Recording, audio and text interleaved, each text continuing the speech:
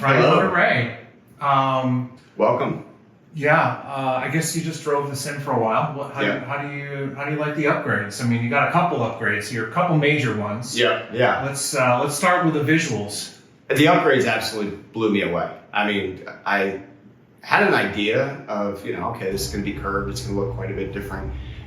But when I sat in the cockpit and it wrapped around completely, the immersion effect was massive. I mean, to further put myself in that environment, even closer to reality. Yeah.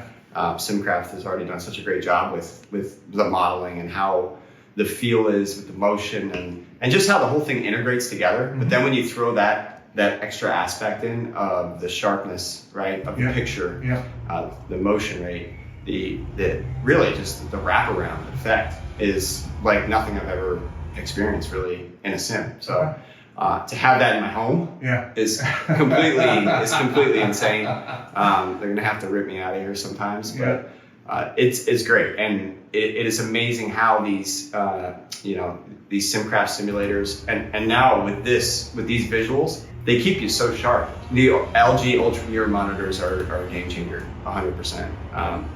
I don't know how I would ever go back to another one. And from where I was with the flat screens, with 3 of them, you lose distance, it comes out further away, and you kind of lose that peripheral a bit. Now it's right there.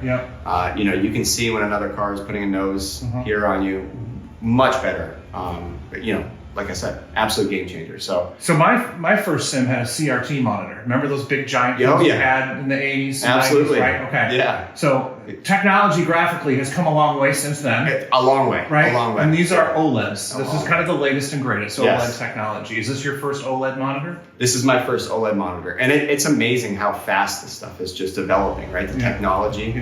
And it's so cool to be on that cutting edge now, having the latest and greatest, with these LG curved monitors is great. I mean, it's for me, being in the car not as frequently, and then when I do end up getting in the car, the Indy 500, fastest closed circuit race in the world, everything has to be firing on all cylinders right away from the first practice. And you're running the 500 this year again. I am, absolutely. So what kind of prep are you going to do in this sim before then? A lot of it is about it is about that feeling, the speed, right? First of all, IndyCar obviously is incredibly fast, 240 mile an hour plus top speed in qualifying with an average of 230, mid 230s. Okay. And the closing rate of not only other cars, but apexes and things like that, you have to put yourself through repetitions in reality. Obviously, being in the car, with our situation, we only get 4 days before we start official practice. We get 4 days in October, 2 days in October at the open test, we get 2 days in April at the open test, and that's it. So to be on this, putting the reps in at those same speeds, and really seeing the visuals, the cueing that I naturally go off of in the race car is absolutely fundamental to my preparation. I told you, I admitted, my first monitor was a CRT monitor, my first display in a sim. That's going back a long way. Yeah, absolutely. When were you first exposed to sim? When it comes to home simulators, back in probably 2007 or 8, right in the beginning, kind of when they were really starting to catch a bit of a buzz, and they were still kind of these unreachable, right? Objects that were insanely expensive and very robust and for a home installation and things like that. I mean, this right here fits in my home gym, and it does everything I absolutely needed to. But a lot of hours in the Dallara sim and the Honda sim and the Chevy sim. We started going to the Dallara sim at Dallara's factory in Milan back in 2012. We were doing that a lot, and then they built it in Indy. But a lot of time in the Honda sim as well in Brownsburg, Indiana, and the Chevy sim in Charlotte. So I have a lot of hours, with sim development, model development, tire development, all these things. So if there's going to be a judge or a critic to any type of setup, I'm definitely qualified. I'm definitely qualified. And I'll pick out the little things that really bug me, right? Because when you're operating a 10/10 in a race car, and you've been doing it as long as I have and these other professional drivers, the slightest bit that's off, the slightest thing we'll throw everything out. So we talked about this a few minutes ago. Yeah. And it was, I phrased it as believability. Believability. You want to believe the simulation, and every little thing that you can do absolutely to increase that is ultimately the goal as the evolution and the development of a sim is. You're just trying to get more brain syncing going on with believing that you're in the thing. Do you agree? Absolutely. Believability is a great way to put it. As much as that sim model and the sim and what you're feeding off of, the visuals and the cueing and the movement and things like that become closer to reality and natural, the more effective you can be in the sim, the faster you can be, the more consistent you can be. And like I said, if there's something that's off a little bit, sometimes I can't describe it, something in the motion. I've done this before in the big sims and the manufacturer sims. And if something's off a bit, we have to get on with our day I have to adjust my driving style to that simulator model or to that sim, or we work on it and we fix it. And that's what you guys have been doing so great. I mean, working on that model to where I don't even think about anything aside from what I'm doing in the car, and everything's coming naturally. And I've always hated to say, I have to adjust myself to become a good sim driver. Right? Yeah. That's what we want to get away from. Yes, agreed. Obviously, we're not dealing with sustained G-forces. No. You're not going to put a centrifuge in here that can... no, we don't have enough space. Right. So getting everything to work without that one huge element is a huge task. It really is. Yeah. And I would spit this thing out quick. Any sim setup, if it didn't give me exactly those feelings and that cueing that makes everything so become natural to where I'm operating in that kind of subconscious driving the car, where I'm in my state, I'm in my element, I'm just relying on my skills, and I'm working at coming off the brake a little bit sooner, getting the nose pointed sooner. When I start getting into that and I'm operating at 10 tenths in the car, that's the sweet spot. Yeah. And these LG UltraGear monitors have just made it that much closer to reality. And like I said, just having that bit of peripheral where it's equal distance all the way around past to where you lose your peripheral. That's something that I didn't know was so valuable. So I'm really grateful to have them in my home setup. That's another tool I can use, and I'll definitely be on this thing a lot more. Well, now that we're talking about visuals, or have been talking about visuals, there's an old debate in my space. Yeah. We have some competitors out there, and we consider our competitors really anybody who's making a sim, whether it be something, with our price range, obviously, but, even the big guys, even the Dallara, you mentioned those guys, they spend millions on their simulator. No doubt. Which, as somebody who builds them, I think that's a lot of money to spend on a sim. You don't have to get that kind of financial commitment in order to build a sim that somebody can believe, and that's the objective. Very true. And then from there, of course, you can extract data, you can put information in, you can take information out. Yeah. You can use it for driver development and all those things. But there are some systems that have static visuals. They do not move the screens at all. Right. So you have your screen static and you're moving around. Right. Yeah. So getting back to the believability thing. Yeah. Right? We're trying to help people understand why that's important.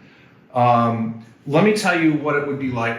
You tell us what it would be like if you were driving this sim and your LG UltraGear monitors were not moving at all. Right. And you were going down the corkscrew at Laguna Seca. Would that be weird? Yeah, you would lose your line of sight. When the picture moves and the frame moves, but the screens don't move, there becomes a big issue, because then you will actually lose that. You're basically, when you come to the corkscrew in reality, you're looking up, through the top of your helmet.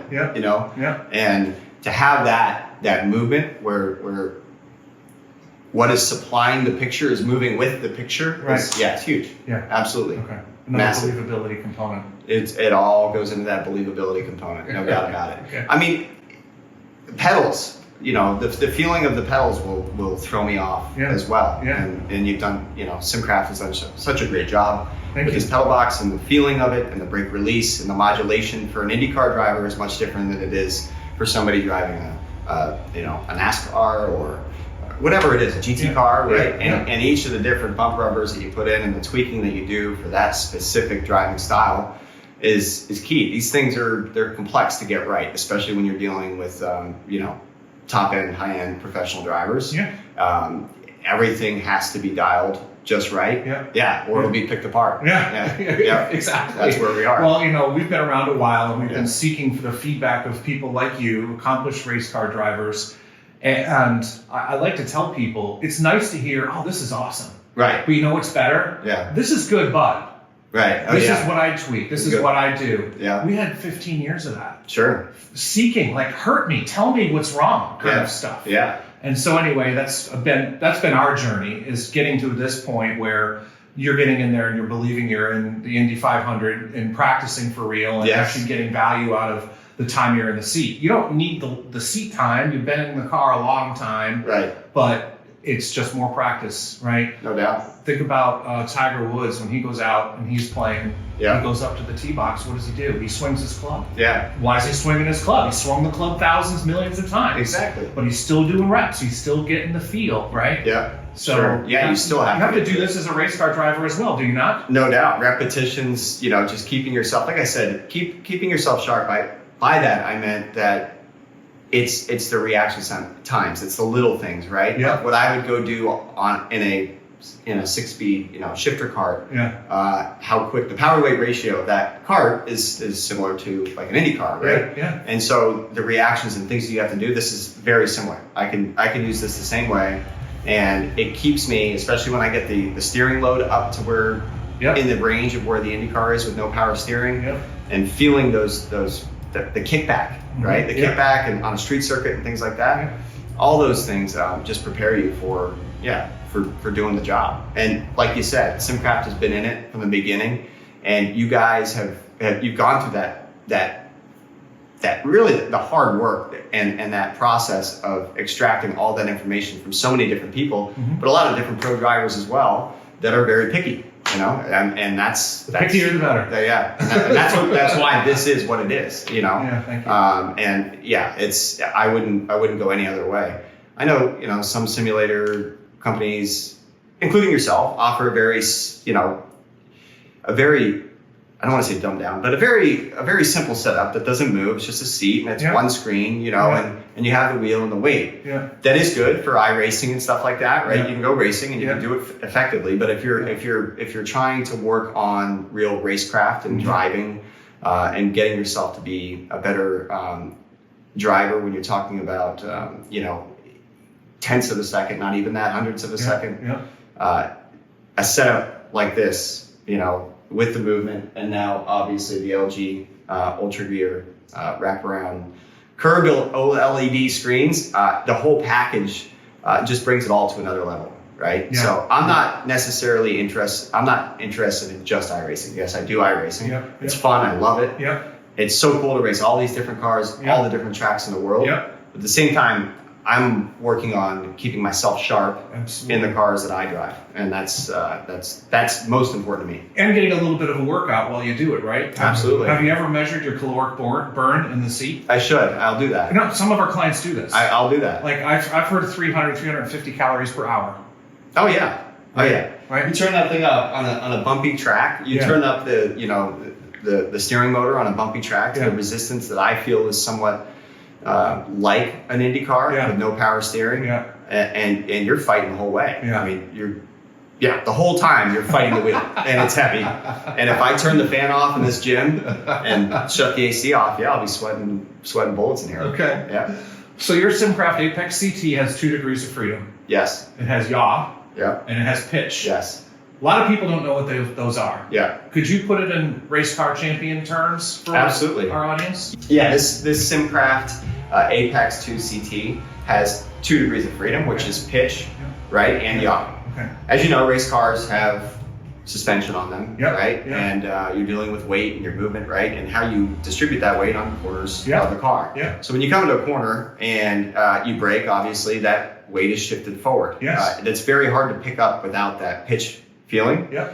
If you see it visually on a static unit, you're just using your visual, right? Yes. So it's like not using all your senses that you cue off of in the actual race car. That's correct. Yeah. So feeling that moment of pitch, you feel that, right? And then when you release off the brake pedal, it comes back up, and that's when you could really get fine tuning. And for me, I'm super happy with that because I can feel the weight movement, right? And I'm steering a lot with my feet. Yes. not just the steering wheel. Yeah. And that's where the pitch and the yaw come into play, where I can really steer more with my feet on this unit versus a static unit. Okay. And so you're back to power, right? You're coming out of the corner, right. and you're back to power. Yeah. And that's really where, that's a big separation point between a competitor and somebody like me who goes to the track. I'm not able to go back to power as quickly as you can. And isn't it true? You're trying to get back to power as quickly as possible through every corner. Yes, that is the priority. Getting back to power, Yep. because the earlier to power, most times, especially you're going onto a straight or something like that, that's where time is gained. Yes, yep. Yeah. So you're down on the throttle, you feel the momentum of the car come back to you, but you're also throttling up to get your tire, without losing traction, right? And that's where yaw comes in. Yes. So help us understand yaw. Yeah, on that same topic, really, pitch and yaw, for me, they have to go together. Obviously, I can't have one without the other because of feeling that weight transfer. So when I'm breaking in the corner, pitch, you feel it. You let the car go through that steady state cornering process, right? Where you're gradually trail braking, gradually letting the weight come back to the middle of the car. Mm-hmm. Then you get to that point, you have your visual where you start applying throttle, and depending on how much horsepower you're dealing with, that throttle application will be either faster or slower. Mm-hmm. But at that point, I'm cueing into, the weight transfer to the rear, right? Mm-hmm. The front's going to start understeering maybe a bit. And especially with the IndyCar, with no traction control, no driver aids, like turn 1-2 at Laguna, for instance, when you're coming out of that really tight horseshoe, putting down the gear, the power in first gear, that's where I start to feel, yaw. I can start to feel the car in yaw, right? It's starting to step out a bit, right? If I get to a certain slip angle, I'm going to either lose traction or lose the car completely. It's going to spin around. Yep. And how quickly are you making that decision? How fast? I can't even tell you. It's just automatic. Yeah, okay. It's so fast. Thousandths of a second.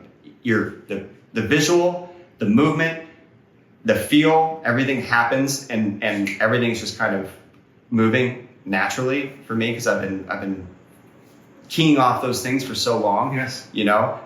And obviously audio as well and everything. But yeah, when you get that bit of movement, it's either time to do that short shift. As you can see, that's what I was doing coming out of that complex was a quick upshift to second gear, right? To knock the revs down, but so that I didn't have to come back off the throttle. Yeah. Or you can just do a more gradual first gear pull, which I tried as well. So I'm always experimenting with those things. But yeah, with pitch and yaw, that allows me to operate in a more natural state. If you just shut everything down, right, and it was static, it would take me longer to get to that. Yes. Right, to get to that ultimate lap time. It'd also be less interesting. A lot less interesting. Would it be safe to say that you'd be less likely to use it as often as you do? Right, that's when you have to start, absolutely. And that's when I would have to start migrating from my natural skill set to a sim driver, to where you're driving it differently than you would in reality. Right. And that's what I don't want to do. So, how long have you been driving cars? How old were you? I started racing go-karts when I was 12. I started racing cars, skip barber when I was 16, and I started in IndyCar when I was 21. You were 12, and you have your oldest is 12 as well. And is he getting into racing at all? Yeah, we're karting. They're doing too many other stick and ball sports, but karting, like I told them, your whole life is going to have to change. You don't go in with a toe. Yeah. You don't go in with a foot in karting or race. You jump in completely. So the boys use the SimCraft from time to time. They do. And what would it be like? Could you retell your story if you had a SimCraft at the age of 12? This unit here. Well, the one thing I'll tell you is I wouldn't be able to get out of it. Yeah. Honestly, that's one thing I kind of ask them sometimes. I'm like, I don't know how I'm not having to put a lock up high on this door because I'd be barging my way in there all the time. I couldn't get enough, right? Yeah. And that's the thing with racing. It takes so much to get on track in reality, right? Financially, labor-wise, manpower, especially when you're talking up higher levels. Yep. But even just a karting day is a massive amount of work. Yes, it's expensive.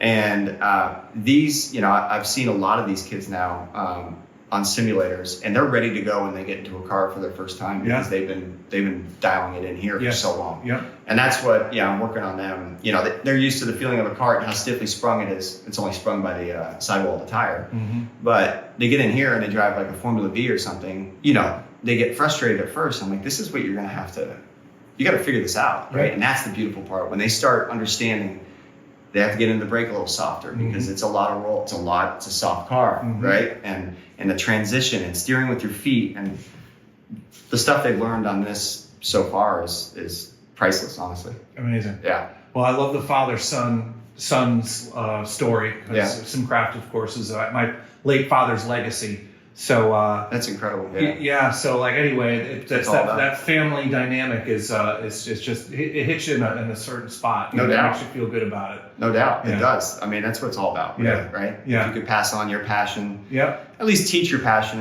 in some ways to your kids. And if they choose to take the same path, that's up to them, right? Yeah. I mean, a professional racing career is an absolutely horrible career to pursue. I'll be honest with you. You're gunning for what, maybe 50 plus top seats in the United States, right? NASCAR and IndyCar. Yeah. Well, things have changed since you came up, though, too. Yeah. Right? I mean, there was a lot of what we have today back then, but I think, it's maybe changed quite a bit. Absolutely. It's changed a lot. But preparing them here at home and getting them really to understand vehicle dynamics that way and how a car works and why you actually do need to steer with your feet more than your hands at times, especially in a Formula V, like a Skip Barber car. Yeah, you're turning the wheel this much. Right here. Yeah. But everything else is in the foot box. It's all down there. Yeah. And that's why I love driving this car so much. Fantastic. So to teach them that, right? It's kind of mind blowing at first when they're like, "What do you mean steer with my feet? Like that's not a thing." It is. Just wait and watch. And you could really get that feeling and that picture more so with the pitch and yaw, right? You get the body weight, the movement of the car. And how you need to transition that weight effectively. That's a wrap. Sweet. That was fun. That was a lot of fun. Yeah. Thank you so much.